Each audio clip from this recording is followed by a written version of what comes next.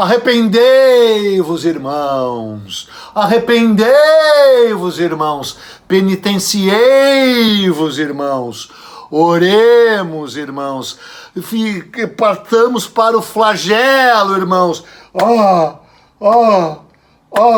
que nem num filme do Monty Python.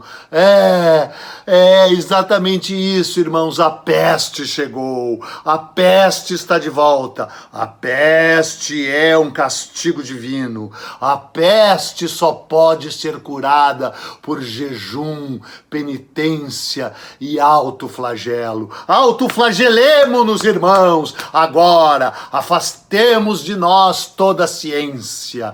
Afastemos de nós tudo que é ligado ao conhecimento. Apenas a fé, a devoção e o jejum nos livrarão de mais essa peste. Já foi assim no século XIV. Por que não poderia ser agora, no século XXI? Que, aliás, é múltiplo de 14. Cara, não sei se você já leu aquele espetacular livro Um Espelho Distante, da Barbara Tuchman.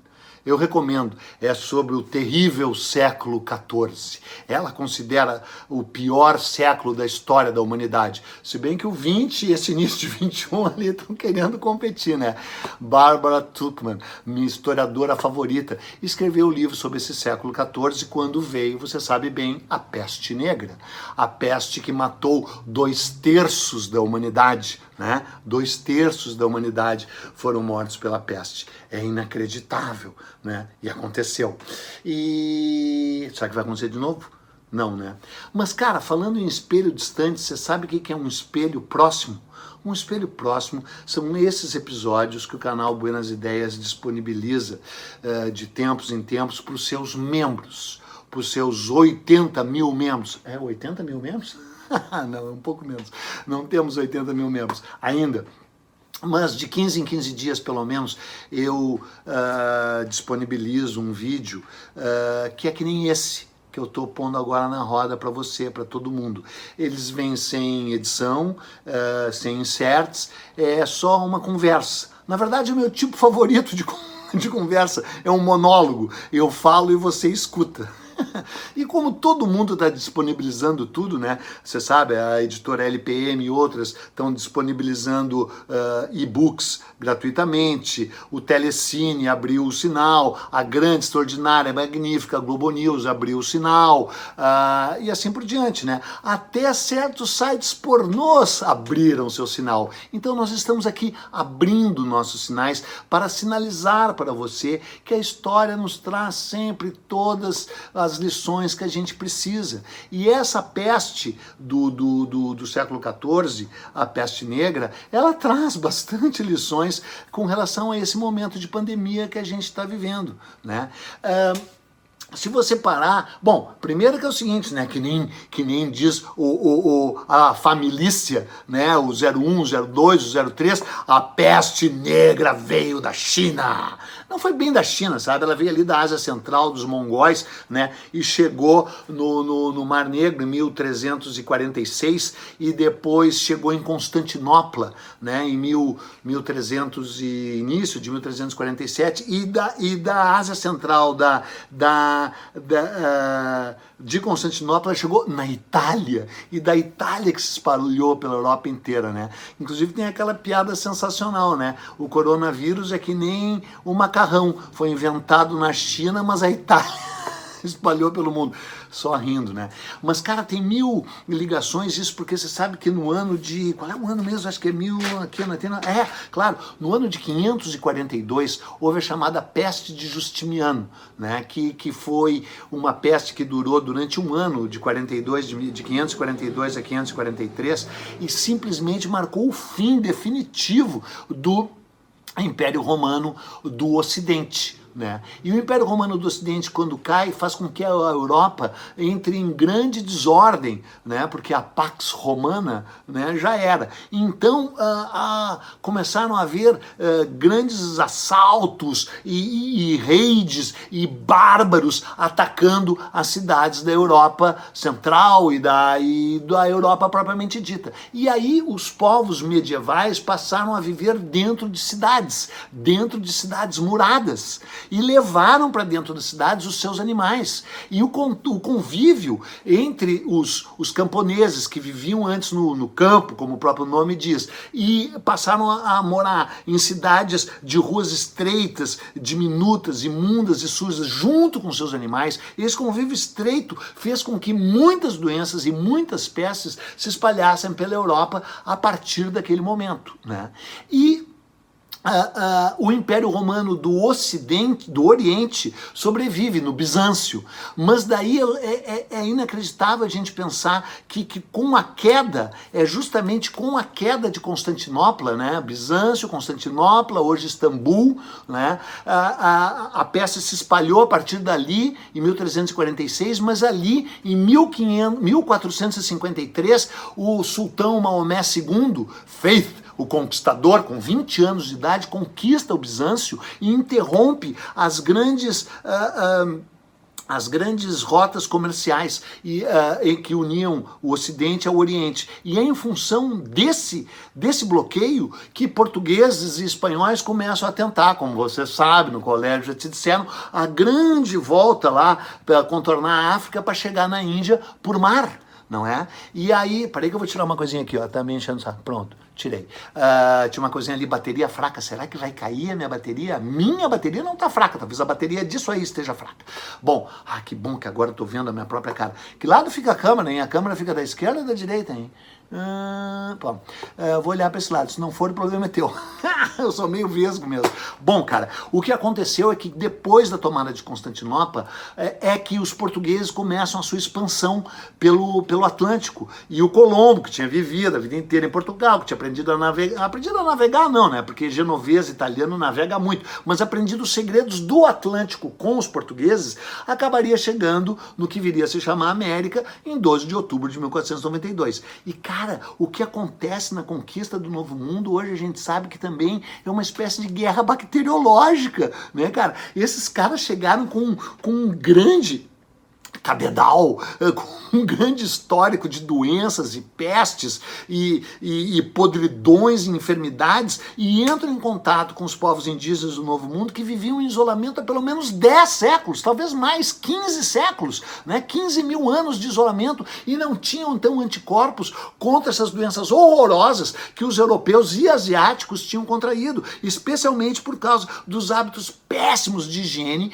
que eles mantinham durante, especialmente, o período medieval, porque Roma pelo menos foi limpa, né, com aquedutos e parará. Eu estou falando isso com a imensa propriedade que me caracteriza, porque eu sou autor desse extraordinário livro, A Sua Saúde, que é uma biografia oficial da Anvisa. Eu fui convidado para escrever a história da Anvisa, que agora está na mão de um infeliz, de um debilóide, de um tal, sei lá, Barros, Lama, tal, um general que andou saindo junto com o Bozo e ainda filmando ele naquela manifestação patética, ridícula, vomitativa, como tudo que vem desse governo, né?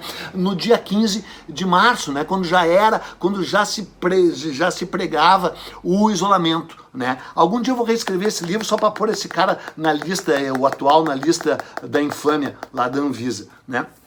Eu também me sinto preparado para falar sobre isso, porque eu escrevi esse outro livro aqui também, ó, Passado a Limpo, que é a história da higiene pessoal no Brasil. Livro que, claro, você viu no Fantástico ontem, né, cara, com Eduardo Bueno brilhando no Fantástico. Eu ia dizer Eduardo Brilhando Bueno no Fantástico. Eduardo Brilhando Bueno no Fantástico ontem, né, esse livro. Não adianta tu procurar nenhum desses livros aqui, porque foram livros feitos para empresas de encomenda, não circularam. Esse aqui até circulou um pouquinho, né, mas algum dia, quem sabe, se você não continuar sendo, virar membro do canal Buenas Ideias, né, daí você também me faz me ficar mais rico ainda, e eu reedito esses livros aqui, que aliás foram publicados pela minha editora mesmo, a editora Buenas Ideias. E isso é outro assunto. O assunto é que quando os europeus chegam no Novo Mundo, né, o surto de doenças e pestes que se espalha a partir daí é impressionante, né? E a primeira grande doença que eles trouxeram e que assolou os indígenas do Novo Mundo, né, foi a varíola.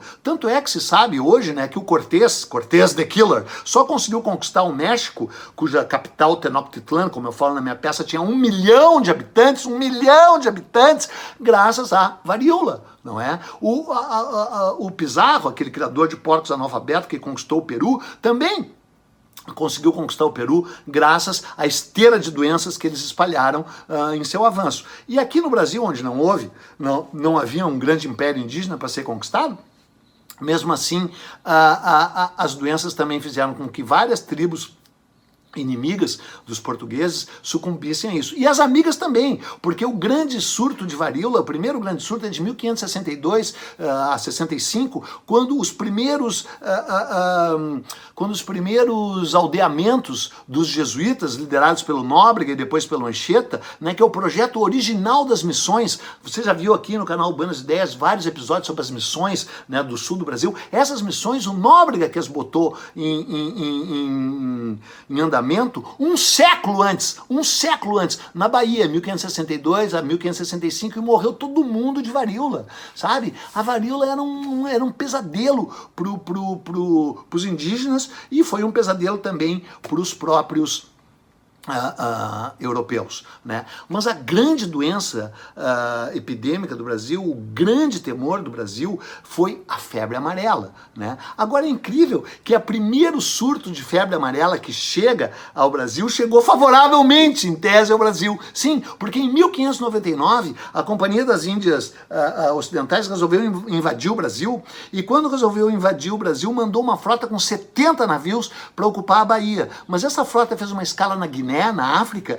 e os caras contraíram a febre amarela e morreram mais de 2.500 batavos, né, soldados holandeses. Só 7 navios chegaram a Salvador, de onde foram repelidos. Depois tentaram ocupar de novo a Bahia em 1624, não conseguiram. Só em 1630 é que se dá realmente a ocupação holandesa do Nordeste. Os holandeses, inclusive, tiveram um modelo colonizatório e civilizatório mais equilibrado que os portugueses, pelo menos no sentido urbano, né? As suas cidades, especialmente a cidade de Maurícia do Nassau, era muito mais limpa, muito mais asseada que as cidades portuguesas. Eles inclusive incorporaram o azulejo, né, invenção árabe que os portugueses tinham trazido para a Europa, implementado na Europa, e que os holandeses usaram em larga escala porque era muito mais fácil limpar o azulejo, não é?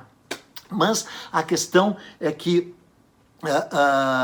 depois dessa febre amarela, depois desse surto de 1599 de febre amarela, houve os terríveis surtos de 1665 e de 1666, que no Recife, na cidade do Recife e na cidade de Salvador, que foram terríveis de febre amarela. E aí se julgava que a febre amarela estava extinta no Brasil, até que vem o grande, o incrível surto de 1849 e 1850, que chega no Rio de Janeiro, que chega em Santos, e que daí realmente dizima, mata mais de 10 mil pessoas. O Dom Pedro II tem que se refugiar em Petrópolis. Foi um horror, foi uma tragédia o surto de febre amarela, o vômito negro, como se chamava, de 1849 e 1850. Mas eu não vou contar essa história aqui, porque eu vou contar, um dia eu vou fazer um episódio, evidentemente, só sobre a febre amarela, parará, já que é o momento que estamos de quarentena. Aliás, quarentena! Sabe de onde é que vem a origem do termo quarentena? Vem lá daquela peste de 1346, quando em 1347 um navio com gente pesteada chegou em Marseille, na França, e as autoridades portuárias, né, não permitiram o desembarque das pessoas desse navio e os mantiveram numa ilha de quarentena por 40 dias. 40 dias, quarentena, né? E por que 40 dias? Os estudiosos supõem que era uma ligação intensa, por exemplo, com a Bíblia, né? O dilúvio durou 40 dias e 40 noites, Jesus Cristo jejuou por 40 dias, Buda também jejuou por 40 dias, muito antes, inclusive, né? E além de tudo, na alquimia, né? Certas transmutações só se dariam a partir de 40 dias. Então 40 era um número mágico nesse sentido, e eles decidiram então que por 40 dias e 40 noites essas pessoas ficariam ali sem poder desembarcar em Marseille, e aí quem sobrevivesse podia desembarcar, não é? Bom, mas o surto de febre amarela no Brasil, esse de 1849, 1850, é um surto chave na história do Brasil, porque primeiro que resolvem começar uma modernização e uma reurbanização do Rio de Janeiro, que só se daria realmente no governo do Rodrigues Alves em 1904, mas se criou as primeiras direções nacionais imperiais de saúde, os primeiros órgãos que concentravam todos os órgãos de saúde do Império foram criados, as direções, que viriam a virar as Direções Nacionais de Saúde, que depois viriam a dar origem ao Ministério da Saúde, foram todas criadas a partir dos protestos e da indignação da população com o descaso com que o governo tratava as questões sanitárias, e especialmente a vigilância sanitária nos portos e aeroportos. Assim, o Santos Dumont já tinha... Não tinha aeroporto, né? Uma piada. E essa história, inclusive, está contada aqui de como surgiram todas esses órgãos de saúde, que daí dariam origem ao Ministério da Saúde de hoje, né? E à própria Anvisa, não é? E quando você percorre, estuda essa história, vê que é fundamental que existam autoridades dignas e decentes no comando dessas, no controle e no combate a essas pandemias e a essas epidemias, né? E nunca nenhum deles foi maior que o Oswaldo Cruz, que vai ser o tema do meu próximo não, mas o próximo episódio já está gravado, um episódio super legal sobre o Pinzon. Ele vai ao ar agora, depois de amanhã, né, na quarta-feira. Que dia é quarta-feira, meu amor? Dia 8. Vai ao ar na quarta-feira, dia 8, né? E aí, então já tá gravado, é um episódio super legal, também a gente dá um tempo, né? E aí lá no dia 15 vai o episódio sobre o Oswaldo Cruz, o combate do Oswaldo. Eu já fiz aqui a revolta da vacina, veja lá o meu episódio sobre a revolta da vacina. Aliás, queria agradecer e compartilhar aí com você o fato, a alegria trágica, né, de o episódio sobre a gripe espanhola da semana passada ter passado mais de 300 mil views, né, porque, cara, é conhecimento, né, que a gente tenta disseminar em forma de vírus, o vírus do conhecimento, né? Então, quando você estuda para completar, é o que eu vinha dizendo, antes de me interromper tão bruscamente para me elogiar, que é o meu esporte favorito. Aliás, se você quiser me elogiar, pode me elogiar também, mas faça isso aí em silêncio, no seu canto, contrito, deixa eu falar aqui, que essas epidemias mostram que o papel do Estado, o papel do Ministério da Saúde e o papel de homens de ciência à frente desse combate é fundamental. E nenhum deles foi maior que Oswaldo Cruz. E agora, nesse momento, no Brasil, com esse desgoverno, com esse sujeito patético e repugnante, e aí a gente, assim, tem ninguém que diz assim: Eduardo Bueno, fale sobre história, não fale sobre política. Show, fora daqui, vai lá para outro canal, meu chapa, teu lugar não é aqui, onde já se viu, política e história estão sempre juntos, a besta. Política e história são praticamente a mesma coisa. Como é que tu não vê? Como é que tu não sabe? Tu tá no lugar errado. Esse canal, ele não é tão inclusivo assim. Esse canal é exclusivo. Esse canal é para pessoas dignas, decentes. Esse canal é para pessoas esclarecidas. Esse canal não é para imbecis. Esse canal não é para todo mundo. Tá? Bom, então continuando com a calma que me caracteriza, né? Tá na cara que sempre política, né? E ainda ninguém fica nessa divisão de esquerda, direita. O que interessa é se é pra cima ou se é pra baixo. E não tem nada mais pra baixo, mais pras trevas, de Osmar Trevas, do que esse governo repugnante, que a gente tem que começar a afastar, a varrer, mesmo tendo sido eleito. É o seguinte, né, cara, tá? Não dá mais, né? Porque fica provado que só a ciência, só o conhecimento, e só nesse caso o isolamento social, a quarentena, mesmo com as questões econômicas que vêm dali, que também são questões de Estado, de governo, que têm a obrigação de ter uma rede de proteção social, essas pessoas, rede que o Brasil nunca teve, né? E está na hora de ter agora, especialmente, né? Então é isso, eu vou ali tomar meu remedinho para me acalmar, não é? E esse é um episódio, tipo os episódios que eu faço para os membros. Então, vire membro do canal Buenas Ideias para a gente, numa grande corrente para frente, né, tentar construir um país melhor, porque é impossível construir um país melhor sem conhecimento. E o conhecimento da história é chave para você saber como agir em momentos de crise que nem esse, não é? Então isso aqui, cara, não tô aqui vendendo peixe, não tô aqui vendendo peixe mesmo, não sou peixeiro, né, cara? Tô aqui só realmente na disposição de compartilhar isso com você. E se falo essa história de membros, é porque com a existência de membros, o canal se autossustenta melhor, entendeu? E eu posso me dedicar mais a isso, porque na verdade, meu chapa, eu sou um escritor, o que interessa são meus livros, mas como hoje em dia essa coisa aí de internet e YouTube se amplia mais, mas também por ali, né? Porque meus livros venderam 1 milhão de exemplares, 1 milhão de exemplares. E esse canal nem tem 1 milhão de seguidores ainda, né? Deveria ter 1 milhão de membros, atuantes e pagantes, porque nós queremos membros ativos. Nada como um membro ativo. Então seja um membro ativo do canal Buenas Ideias. Muito obrigado, sigamos em força, fique em casa se puder, lutando, combatendo pela decência, pela dignidade, pela luz, pela ciência, pelo conhecimento, contra o obscurantismo, contra a peste negra, contra essa gentalha que tem que ser varrida como se fosse vírus, porque vírus é o que eles são.